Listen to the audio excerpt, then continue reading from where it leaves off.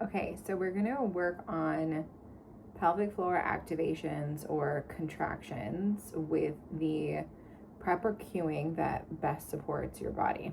So you're gonna get down on the floor and you're gonna grab a pillow. This pillow is gonna be used in between your knees to activate your inner thighs to get a better contraction of the pelvic floor. So we're gonna keep that just to the side of us for now, and we're actually gonna go onto our back and lay down. Okay, so while we are lying here, let's just set the system by doing a few diaphragmatic breaths. So I want you to have your hands on your low rib cage, and I just want you to breathe into your hands. So when you're breathing, and then we let the air go up and out into your hands, you're really gonna feel like the air is being pulled up into the ribs and then out. So essentially, we want lateral expansion. And we may even feel like the air is also kind of pushing down and back into our back ribs in between the shoulder blades. One more breath. And we may also see and feel the lower segment of the rib cage or of the chest kind of rise as well. Essentially, diaphragmatic breathing is a 360 expansion of the rib cage, but it's the hardest to kind of get the cue of breathing outward. So once we practice those 3 diaphragmatic breaths, we're going to keep riding with that breath pattern, but now we're going to bring in the contraction of the pelvic floor, which is down here. So the best cue is to squeeze a blueberry in between your vaginal lips or to stop a flow of urine. We're going to only do that on the exhale. So we breathe in.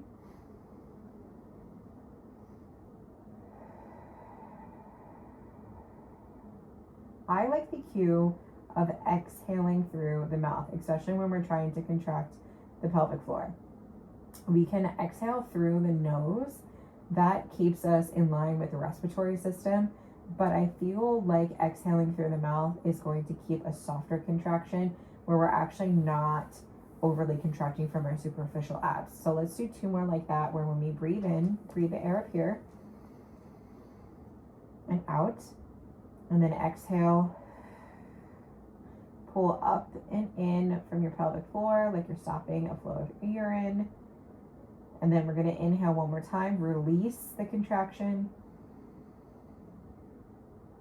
Exhale, squeeze, pull up and in. Okay, so those sequences are a little hard, especially when we're not utilizing the other muscles to help us contract. So I only want to do 3 of those.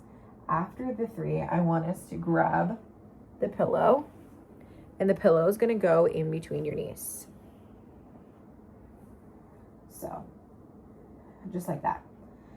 The pattern is going to be the same, but on the exhale, I actually want you to squeeze into the pillow with your knees as you're activating down low from your pelvic floor. So in the first set, I may not do all of them with you, but I'm going to cue you here. You're going to do, let's say, about 8 of these, and then we'll try 6, and then we'll try 4. So the same pattern, you breathe in, exhale, squeeze the pillow, pull up and in from your pelvic floor, let all of the air go. Now completely release and breathe in. And squeeze. You're squeezing the pillow, you're pulling up and in. When you're ready to inhale, you're going to release and breathe in. Remember, the air comes up and out. And then when we exhale, we squeeze. I'm going to have you do about 4 more of those following that sequence. Then I'm going to have you stop after you complete the 8 reps and just give yourself about a 30-second rest. While you're resting, you can Keep contact of your knees into the pillow just for like added support and stability of your pelvis. And you can just rock your knees from side to side. This is just going to give a little bit more of that mobility of the lower back. I know laying on your back, some of that tension kind of builds in and it doesn't feel so great. So this is one way to kind of relieve that tension. You can go as slow as you'd like. And then once you're at about 30 seconds, I chose that number because if we're kind of working for strength but also endurance, we don't want to have too much of a rest time. So 30 seconds is a really good number for that. So now we're going to go into our second set and we're doing 6 of these. So same thing, we breathe in, let that air come up and out. When we breathe in, exhale, squeeze the pillow, squeeze up from your pelvic floor. And then once all that air is out, release everything. And I want you to go for 5 more.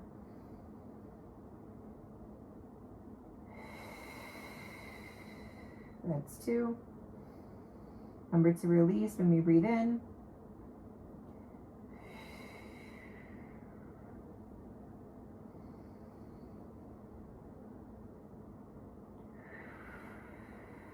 Perfect. We're going for 3 more.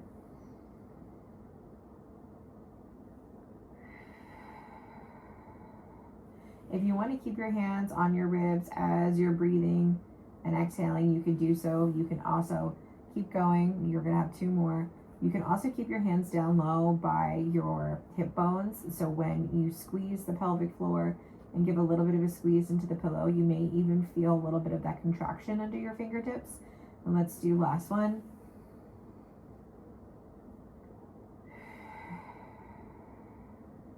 Perfect.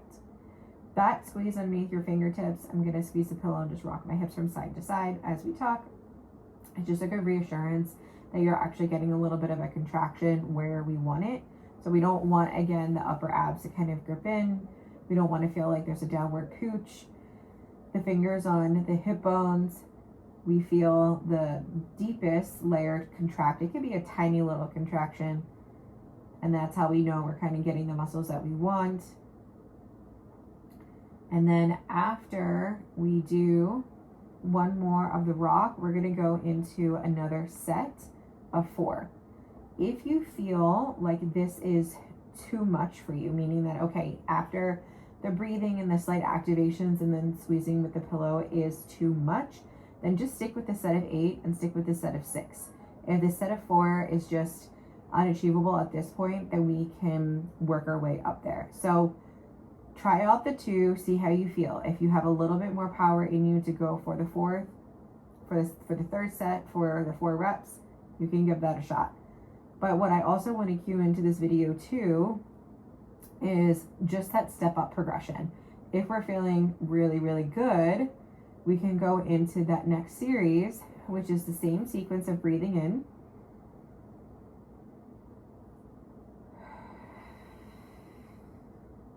And then we also tuck under as we exhale. So I'm going to release everything and inhale. And then on the exhale, I'm rolling my pelvis back. I can give a little bit of a squeeze in the pillow if I like, and I'm also thinking about contracting from the pelvic floor. I breathe in, and with the hair come up and out. My pelvis comes back to neutral.